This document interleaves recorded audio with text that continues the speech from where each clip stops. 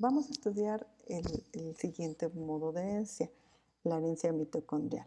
La herencia mitocondrial fue estudiada por Rolf Loft en Suiza en 1962, es un investigador sueco, y nosotros sabemos que las mitocondrias tienen DNA, que su DNA es en forma de círculos, en forma circular, algunos son plásmidos, un poquito círculos más pequeños. Entonces, la mitocondria es bien importante, ya que ahí se lleva a cabo pues, el ciclo de Krebs, algunos procesos de desintoxicación y, la producción de energía, lo que es la respiración celular, la cadena transportadora de electrones. Entonces, tienen procesos muy importantes y esos procesos están relacionados con la producción de energía. Entonces, cuando nosotros estudiamos mitocondrias, nosotros sabemos que como las mitocondrias tienen muchas copias de esas DNA circulares, algunas copias podrían tener mutación y otras no tener las mutaciones.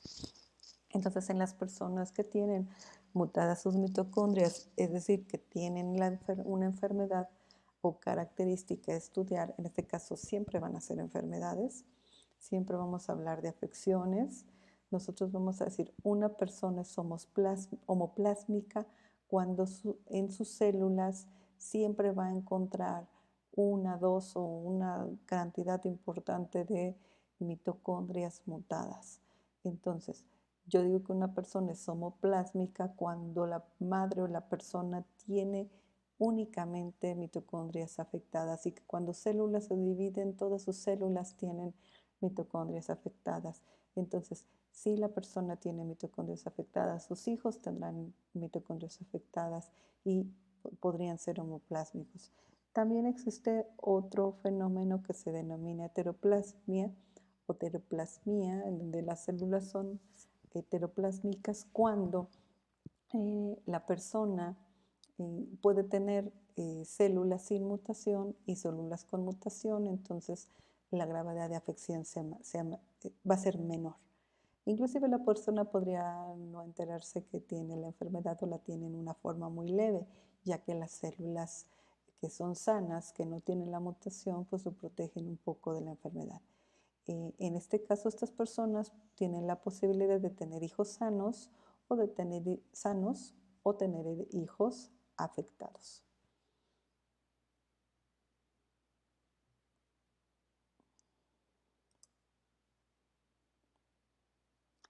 ¿Cuáles son los órganos más afectados cuando una persona tiene mutaciones mitocondriales? Bueno, pues los órganos que son más dependientes del metabolismo energético. Estos órganos van a ser cerebro. Cerebro requiere metabolismo energético pues muy activo, entonces el cerebro requiere grandes cantidades de energía, energía proveniente de la glucosa. Entonces este cerebro es un órgano de los más afectados cuando hay enfermedades mitocondriales. Otra va a ser músculos. Todos los músculos requieren energía, requieren ATP inmediata, entonces corazón, etcétera. Todos nuestros músculos requieren de energía. Los riñones, que requieren también mucha energía, páncreas, hígado en los procesos de desintoxicación, hígado en los procesos de transformación de metabolitos, etcétera. Y la vista son nuestros órganos más afectados cuando hay enfermedades mitocondriales. Entonces vamos a ver más adelante un listado de enfermedades mitocondriales. Entonces, ¿cómo se diagnostica una persona con una enfermedad mitocondrial? Las enfermedades mitocondriales se diagnostican por una evaluación clínica a través de un análisis de pedigrí, en estudios metabólicos, estudios enzimáticos de la función de fosforilación oxidativa en músculos esqueléticos. Eso va en ese orden. Primero va una, sigue el análisis de pedigrí, después hay que hacer estudios metabólicos. Si en los estudios metabólicos me sale positivo, hago estudios enzimáticos de la fosforilación de músculos esqueléticos. Si me sale positivo, hago una histoquímica Hoy microscopía electrónica de músculos afectados y por último, ya sería lo último, hacemos un análisis de mutación del DNA mitocondrial. Entonces hay que ir en ese sentido y yo no voy a hacer un estudio metabólico si yo no he analizado un pedigrí. Entonces primero que hay que hacer es pedigrí. Pedigrí es bien importante para este modo de herencias mitocondriales. Entonces, en la clínica, ¿qué tengo que ver? Que pues tengo órganos afectados en las cuales yo estoy sospechando de una enfermedad que bien ya está descrita o no está descrita, pero que los órganos afectados primordialmente son los que he mencionado anteriormente. Así pues, la herencia mitocondrial tiene una etiología de origen materno. Entonces, esta etiología eh, es así porque las mitocondrias, recordemos que una vez que el esperma fecunda al ovocito, únicamente entrega lo que sería su núcleo, de ahí se forma el pronúcleo, y entonces el cigoto nada más se tienen las mitocondrias maternas. Entonces, las mitocondrias paternas, recordemos que están en la cola de lo que es el espermatozoide, entonces en teoría se quedan afuera, más bien se quedan afuera. Hay casos muy raros en donde llegaría a ingresar una mitocondria paterna, pero esta mitocondria paterna es eliminada por cuestiones eh, inmunológicas, entonces se elimina. Entonces el cigoto se queda exclusivamente con las mitocondrias de origen materno. Entonces, por eso es que es una herencia materna. Entonces, como yo veo un pedigrí, obviamente recuerden, en la clínica primero estudio la enfermedad, veo que hay órganos afectados y que las enfermedades se relacionan ya sea con algo escrito o que se parecen a esas enfermedades que ya están descritas. Entonces, nosotros vamos a hacer un pedigrí familiar y vamos a ver cómo es que se distribuye la enfermedad, ya sea a través de un fenómeno de hemoplasmia o heteroplasmia, es decir, donde en homoplasmia los afectados van a estar iguales porque todos tienen mitocondrias en gran cantidad afectadas. Entonces las personas van a estar igualmente afectadas. En la heteroplasmia, unas personas van a estar más afectadas que otras, pero van a estar enfermas. Entonces esa es la diferencia. Podría ser en una heteroplasmia que una mujer afectada podría tener un hijo sano, podría ser en una heteroplasmia, sí, pero en una homoplasmia no.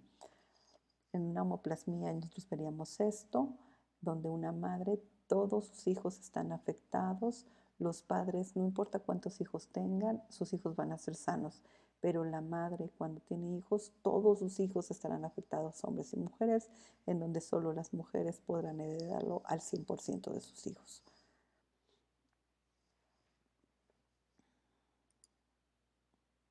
Enfermedades. Las enfermedades se conocen por las siglas de sus enfermedades. Entonces tenemos el síndrome KSS, que es el síndrome de Kearns-Sayre, que se caracteriza por una oftalmoplejía, degeneración pigmentaria de la retina y cardiomiopatía. Entonces observemos problemas oculares y problemas cardíacos. Enfermedad de Lorne es una neuropatía óptica hereditaria. Neuro tiene que ver con cuestiones neuronales, oculares, entonces sistema nervioso y óptico. Enfermedad de Melas, tenemos encefalomiopatía y acidosis láctica con episodios de tipo ictial.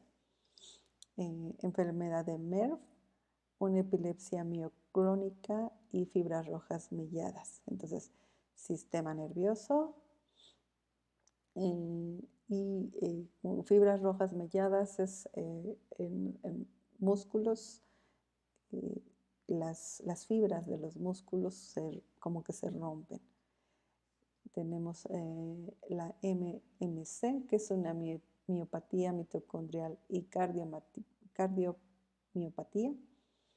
Enfermedad de NARP, caracterizada por debilidad muscular, ataxia y rinitis pigmentosa.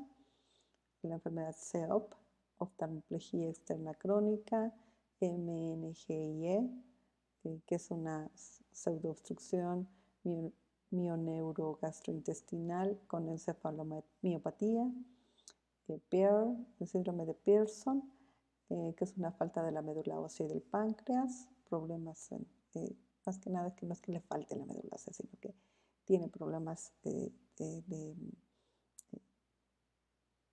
cómo de funcionamiento de médula ósea y páncreas. Tenemos aquí el ADMIMI, que es la miopatía mitocondrial autosómica dominante con lesiones mitocondriales de tipo BluQD y algunas toxicidades, como aquellas inducidas por cloranfenicol, por streptomicina y por diabetes mellitus y algunos tipos de diabetes mellitus y sordera.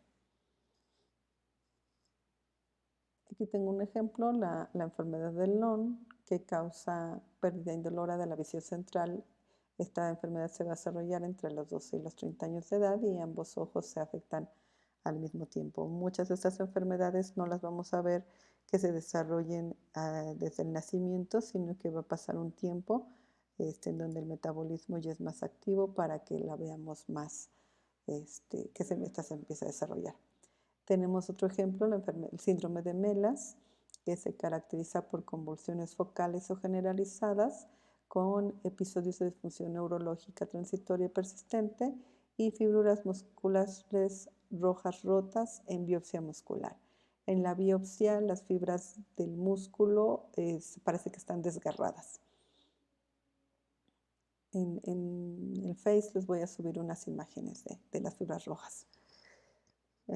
Las mutaciones responsables para estas enfermedades, por ejemplo, de este gen, el A1555G del ADN mitocondrial es la principal alteración genética y esta mutación en específico está asociada a una sordera neurosensional y va a empezar de manera tardía, es decir, lo que yo les decía hace un momento, no se va a desarrollar inmediatamente, sino que va a tardar un poco en